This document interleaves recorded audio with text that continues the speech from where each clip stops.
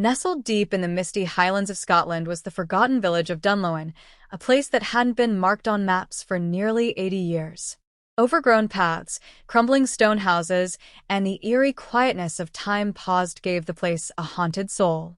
No one had dared visit until now.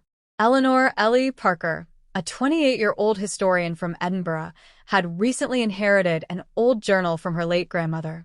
Its cover was worn, pages brittle, but it contained something far more valuable than gold, a hand-drawn map leading to Dunlowan.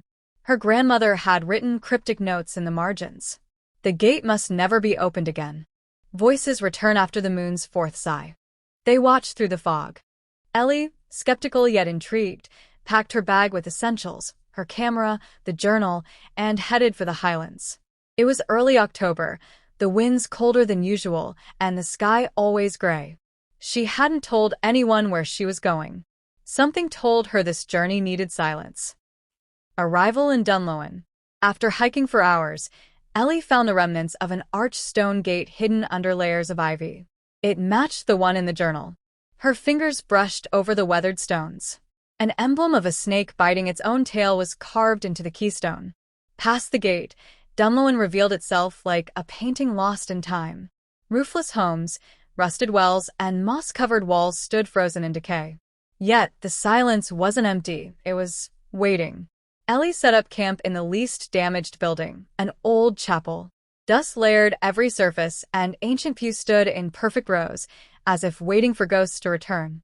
That night, as the winds howled and branches tapped the windows, Ellie began reading the journal aloud by candlelight. As she read, a low whisper crawled through the room. She paused. "Hello," she called out. Silence. Then, just as she began reading again, the whisper returned. This time, louder. "Don't wake them." The gatekeeper's warning. The next morning, Ellie explored the village. In the overgrown cemetery, she found one gravestone that hadn't aged, Maeve Thorncroft, gatekeeper, 1872 to 1944. Her grandmother's name was also Maeve. Ellie's hands trembled as she connected the dots. This wasn't just an old village. It was her ancestral home. Her family had been guarding something. Behind the chapel, hidden beneath a floorboard, she discovered a wooden box containing an old iron key, wrapped in cloth embroidered with the same Ouroboros symbol. She turned the key over in her hand, wondering what it opened. Her answer came that evening. The gate opens. As the sky darkened, a fog rolled in like a slow tide. Ellie stood at the stone arch again, the key in her pocket. She noticed a hollow in the keystone, exactly key-shaped. With hesitant hands, she inserted the key. A loud, ancient click echoed through the valley. Nothing else happened. Until midnight. Suddenly, the winds died. The fog thickened. A sound like a groaning door crept across the land, and from the gate poured shadows, tall, silent figures, cloaked in smoke. They passed her, one by one, and entered the village. Ellie couldn't move. Her legs frozen, her breath shallow. Then, from behind her, a voice spoke, a whisper but clear. "You've let them out. Now you must put them back." She turned. No one. But the village was no longer silent. Lights flickered in long dead windows. Footsteps echoed on stone.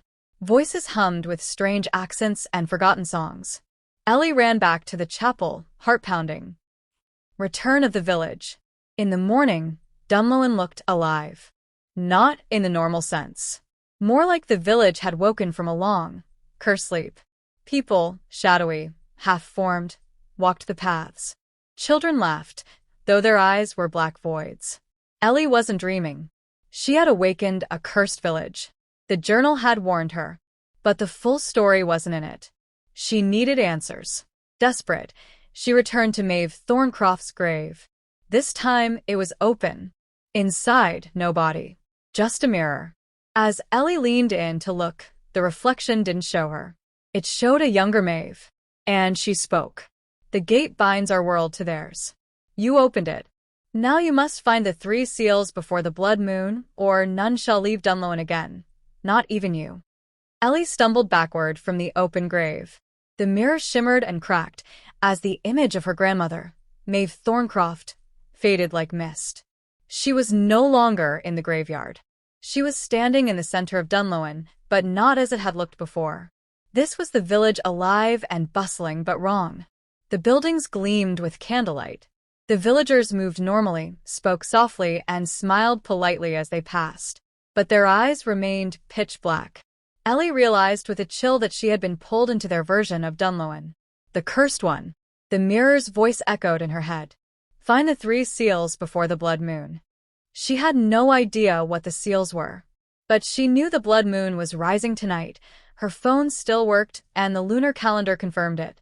That meant she had less than 12 hours to undo the curse, or be trapped forever in the twilight between the living and the dead. Seal 1.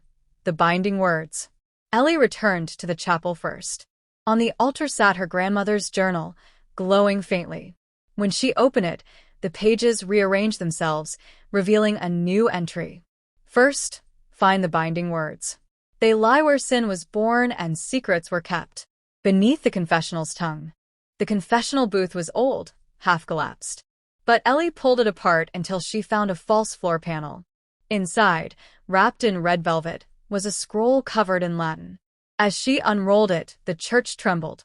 Shadows formed near the altar, twisting figures, whispering in harsh, broken tones. One shadow surged toward her. Ellie screamed and read the Latin aloud. Suddenly, the shadow shattered into dust. The others recoiled and disappeared. The first seal was now active. But something else had changed. The sky was darker now, tinged in red. The blood moon was coming. Seal 2. The bone and the bell. The journal revealed the second clue. Where the tolling once summoned peace, now silence reigns. Find the bell that never rang, and the hand that could not pull the rope. Ellie headed toward the bell tower at the village's edge. It loomed crookedly, its bell rusted and silent. Inside, the air was thick with the smell of old iron and wet moss. She climbed the stairs carefully. Near the top, hanging from a rusted hook, was a child's skeletal hand, still gripping a frayed rope. Ellie's breath caught. The rope had snapped mid-pull, and the bell had never rung. Whispers floated around her again, childlike laughter, soft and sinister. She gently removed the hand from the rope. Underneath was a piece of parchment sealed with wax. A loud clang rang through the village as the bell suddenly swung on its own. The second seal activated. The wind outside howled, and the blood moon was now rising from behind the mountains. Time was running out. Seal 3. The Gate of Ashes. Back at the journal, the third clue revealed itself in blood-red ink. Return to the gate. Burn what you opened. Speak the words you've heard, and offer what was stolen. Ellie understood. She had opened the gate. To close it, she would have to give something back. But what had been stolen?